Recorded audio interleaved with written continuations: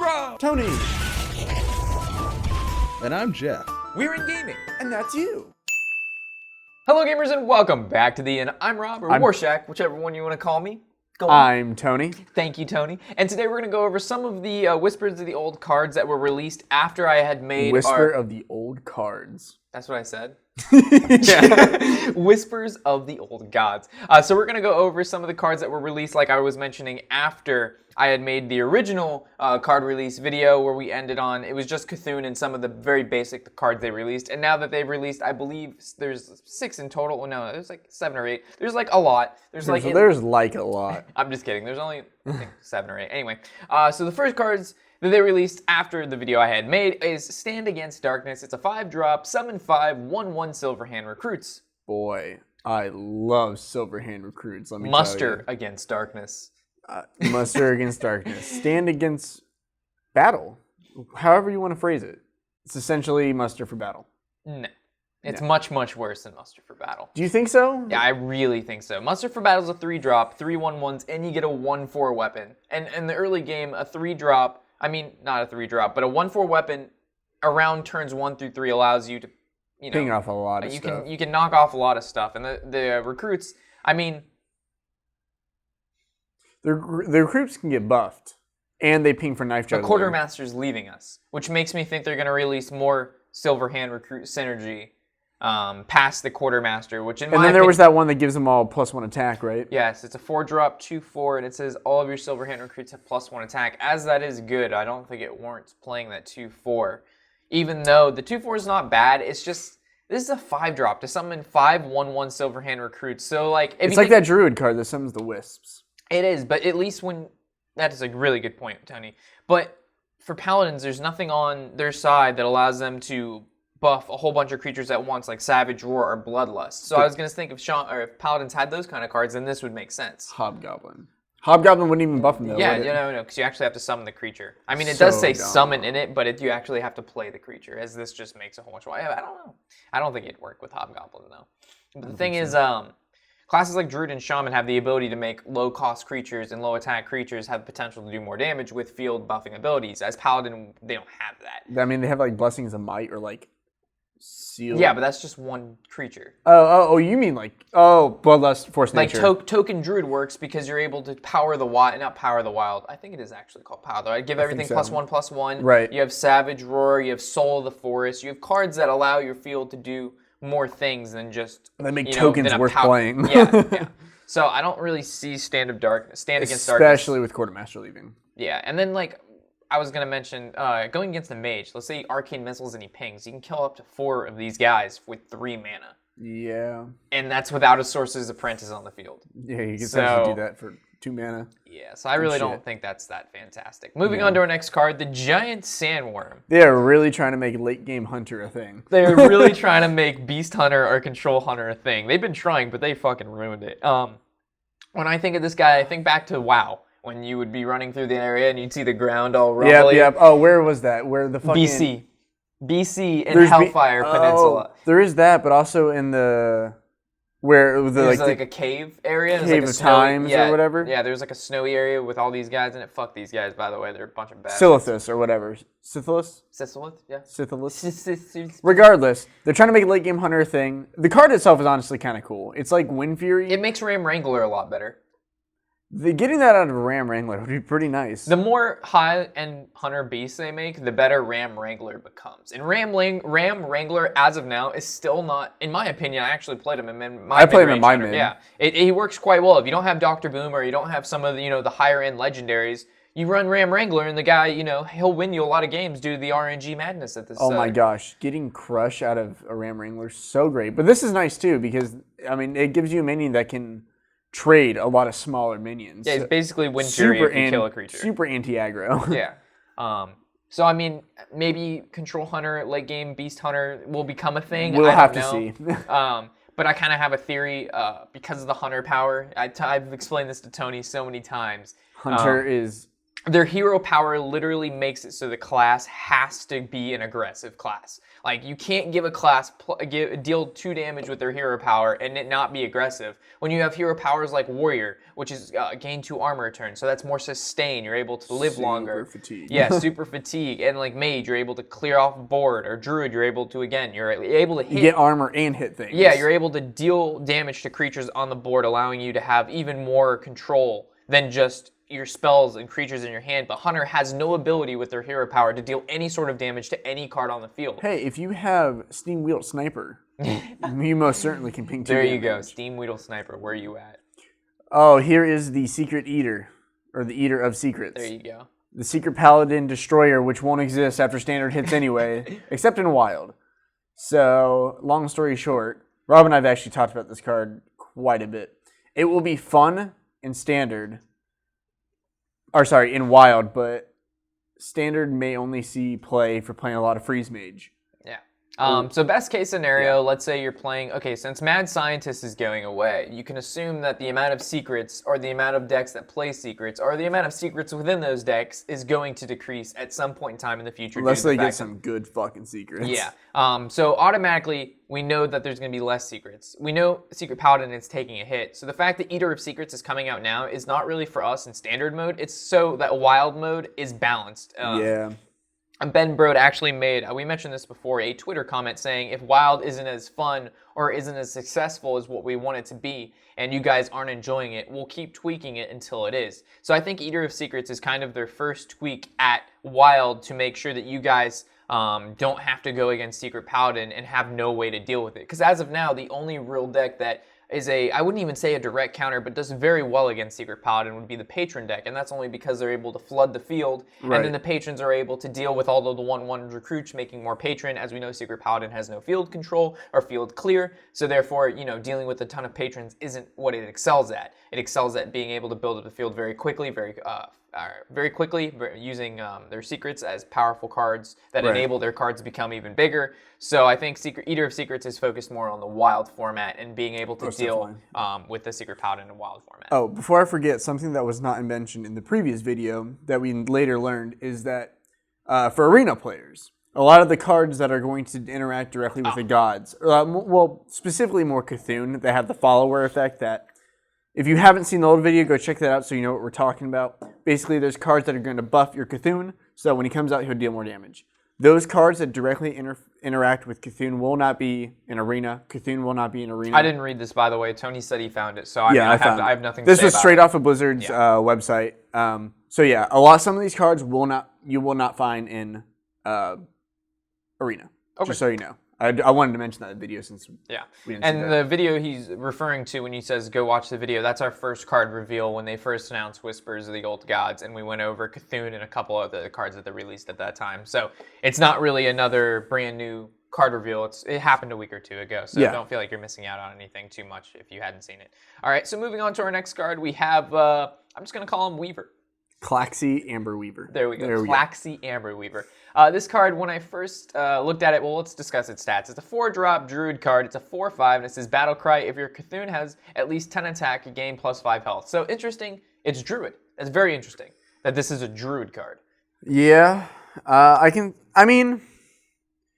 I think of Cthulhu, I think of control decks. Because the only way Cthulhu's going to work is you're able to hold off your opponent long enough to be able to build Cthulhu enough to play him in one turn to then follow up with either a 1 or 2 turn lethal. The fact that this is a Druid deck, I probably should have mentioned the whole Cthulhu follower not being in Arena when this card popped up, because this is one of the cards that would not be in Arena. Why wouldn't it be? I think it's directly because of Cthulhu.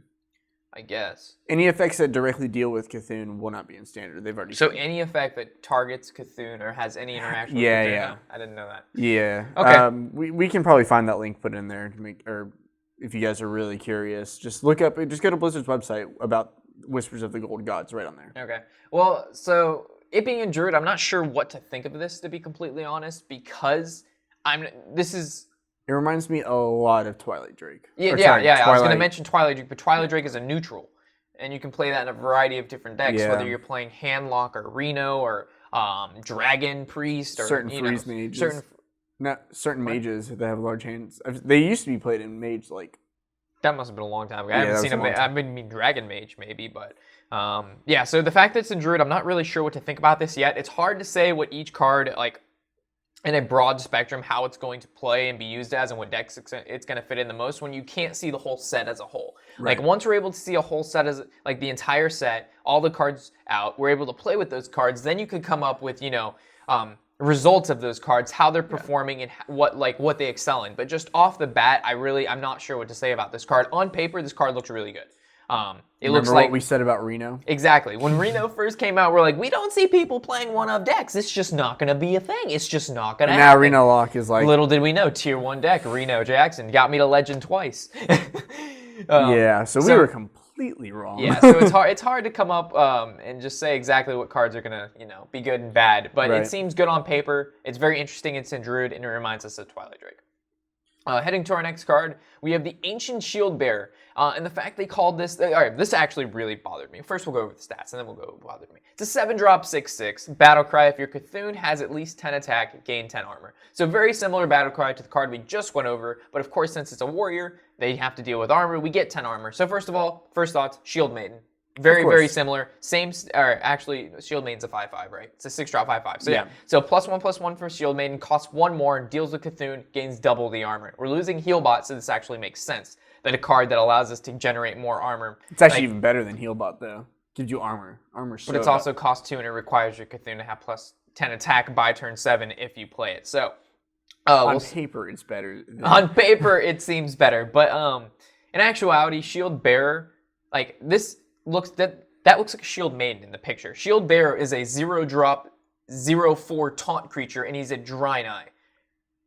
Yeah. This is a girl, what looks like a human. And that's a neutral card. Why is it Ancient Shield Bearer? So Ancient means it happened before Shield Bearer. So unless this human turned into a 0-drop, 0/4 taunt neutral card and switched races, I don't know why they called it the Shield Bearer. It should definitely be Shield Maiden. It should definitely be completely correct. Yeah, so I'm not really sure what this really bothers me. I can tell. Really bothers me. I can tell. But you know what? We're gonna move on before it bothers me even more. So we've got the Servant, Cthulhu's Servant. It is a 4-drop, 4/2, Divine Shield, Battle Cry, Wind Fury. I'm just kidding. I was like, what the shit? What are you reading? No, it just has a lot of ability. So we got Divine Shield, Battle Cry, give your Cthulhu +2/+2 wherever it is. This has the same stats as we know as the Corrupted Loot Hoarder, whatever his name is. Yep, that one. The Divine Shield, and I think the Divine Shield is what makes this card playable, because they're going to have to use... sorry if you can hear the dog barking. There's a dog barking. Really makes sense to have a dog. You come into work every day and just bring your dog. Must be nice. Absolutely. So the Divine Shield allows this card, or makes your opponent have to deal with it before they can trade a creature into it, which makes it so they have to either use more mana or swing a weapon into it where they're taking 4 damage. So the fact that it has Divine Shield, basically in a nutshell, makes this card that it can actually work. Besides that, if it was just 4/2, 4-drop, Battlecry, give your Cthulhu +2/+2, that fucking sucks. That's pretty horrible. bad. Divine Shield makes this card worth it. And the fact that it's a neutral is pretty interesting as well. So, any other thoughts? I don't know. I like seeing all these Battlecry cards, and I like to think of like decks like Rogue with like Shadow Step. There's a 2-drop that has the same ability. Give it +2/+2. Play it, bring it back, play it, give it +4/+4 within the same turn. What bothers me is like cards like this, they're obviously going to be played in Cthulhu decks. Like there's no other way. Yeah, it just seems like the Cthulhu decks are going to be so straightforward with playing these cards. It's just play this card, this is what happens. And if you happen to have Bran out, like, come on, it already is a 10/10 because it starts off as a 6/6. So if you have Brand and you combo it with just one Cthulhu card, you're automatically at a 10/10, which procs what seems to be a lot of the Cthulhu-based synergies. Yeah. Like Shield Bearer, which we had just gone over, or the Weaver, which I'm not even going to attempt to say the beginning of his name. Calaxy, which I'm probably going to fuck that up in the future when Tony's not here. I'm going to call it Calaxor or something. Calaxor. The next card is actually something that me and Tony have been discussing. It's going to happen in Hearthstone eventually in the future. So I'm pretty sure Blizzard takes our conversations, records them, and then implements them in the game. Because 0-drop, spend all... Or actually, let's discuss the card. I always forget to discuss the card first. 0-drop, Forbidden Flame, spend all of your mana, deal that much damage to a minion. So I like it. First of all, because you can target the minion. It's not a flame cannon. It's not fucking RNG Master 221444 2214441941941. So there's not a lot of RNG here. You actually can fucking target the creature, which is absolutely fantastic. Tony, would you like to continue? I'm just gonna say that I think cards like this have been waiting to come. Spend the rest of your mana to do something.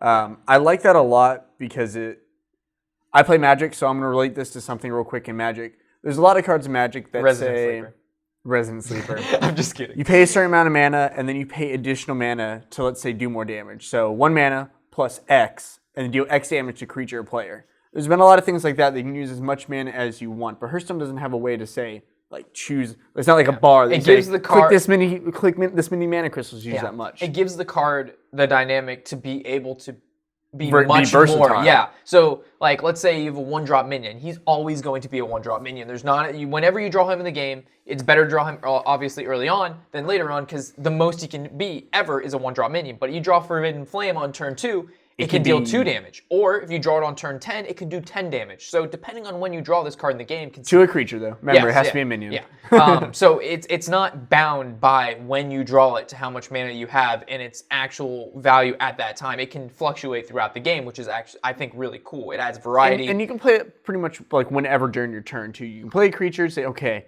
I have 9 mana. Yeah. I can play this 4-drop and then deal 5 damage to that Chillwind Yeti because...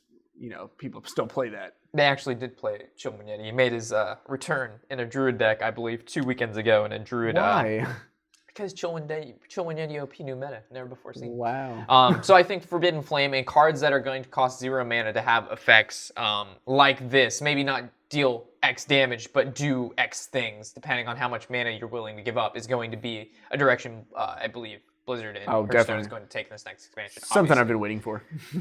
Okay, so we got Forbidden Sapling. He is a priest card, 0-drop, spend all your mana, summon a random minion that costs that much. So again, we're back at 0 mana, and we are using our mana that we're left over from the turn, or all of the mana, however much we're willing to spend that turn, and it's going to summon a random creature. How do you feel about this? I already gave you my thoughts, and I'll talk about that after.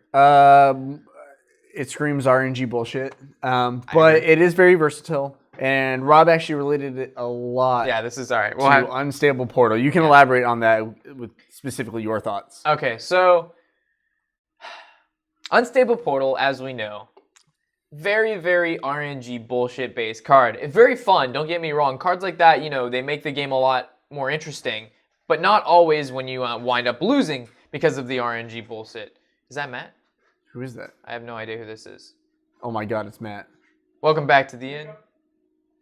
Say hi to everyone, Matt. Hi to everyone. They wished you a happy birthday, by the way. They did. There was a lot of people on YouTube wishing. One person wished me a happy birthday. No, there was a fucking a whole line of people. Oh, damn, I appreciate that. Yeah, Matt says he appreciates that.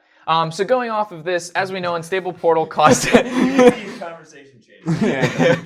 Happy birthday, Matt. Fuck you. Unstable Portal costs 2 mana, and it reduces the cost of a card, whatever you get, by 3. Meaning, basically, the card you get is -1 if it costs more than the original 3 that it discounts it by. Forbidden Sapling gives you the ability... I don't know. It's just... I lost track now that Matt... Okay, well, essentially, Fuck. When you play Unstable Portal, you get a card. Yeah. That card could have a Battle Cry ability that you would then play. That's the Battle Cry. So if, let's say this summons a Battle Cry. Sometimes a Battle Cry in a card is what makes it worth playing. Yeah. Almost without a doubt. That makes it worth playing. Why would you ever play a fucking... Alexstrasza, for example. Alexstrasza, I mean, it's still it's still an 8/8, Yeah, but 8/8. it's normally you don't play 9-drops, 8/8s by themselves. You look for some cool ability that falls with it. But with this card, the fact that it doesn't go to your hand to enable you to play it to activate the battle cry from the creature that you've received from it limits how good this card is, in my opinion. On top of that, you are basically there's no discount here. You're not getting 3 off of whatever card comes out of it. Therefore, for example, if you spend 6 mana, you're getting 6 mana worth of the creature. So it's not so much RNG. You're actually getting the value of the creature, but you also could get, a creature that may not belong to your class that could help you in that situation, such as Tyrion or, Archmage, depending on, how much RNG Yeah, decides like when it you wants want to to swing play in your favor. them, it could be important. I mean, I will say this gives you the chance, let's say early game, before you have the mana to play the card. If you play this, you'll immediately get that card on the field to attack next turn. A lot of the times, you play Unstable Portal, it gives you a card that you can't quite play yet because it's like 7 mana. But you just wasted all your mana on Unstable. Then you'd have to wait a turn or two to play it. So, I mean, there's pros and cons to this card, I will say. I would say there's more pros because it also fills out your mana curve. I was just thinking about that. So, like, let's say you draw this card on turn 3. If it was a turn 4 card, you couldn't play it. If it was a turn 2 card, you couldn't play it. But the fact that you're able to play a card on whenever you want to fill out the rest of your mana curve with a random creature actually could end up being better than Unstable Portal now that I think about it. The fact that it costs 0 mana, it all depends on what it brings out. And we'll see. Yeah, we'll see. Yeah, this is all just speculation, of course. Okay, and then I believe I need to fix how the sizing of this card's bothering me. There, it needs to be just as big as the other cards. There we go. Oh no, the bottom half. All right, Tony, if you want to talk about it while I fix all this right. bullshit. So the famous. Oh shit, Rob, what are you doing? I'm trying my best. The famous level 11 elite from World of Warcraft makes its return as someone who looks like he's been on meth for What are way the stats, too long. Tony? What are He's the a stats for the blind 7-drop, people? 6/6, which doesn't scream very good.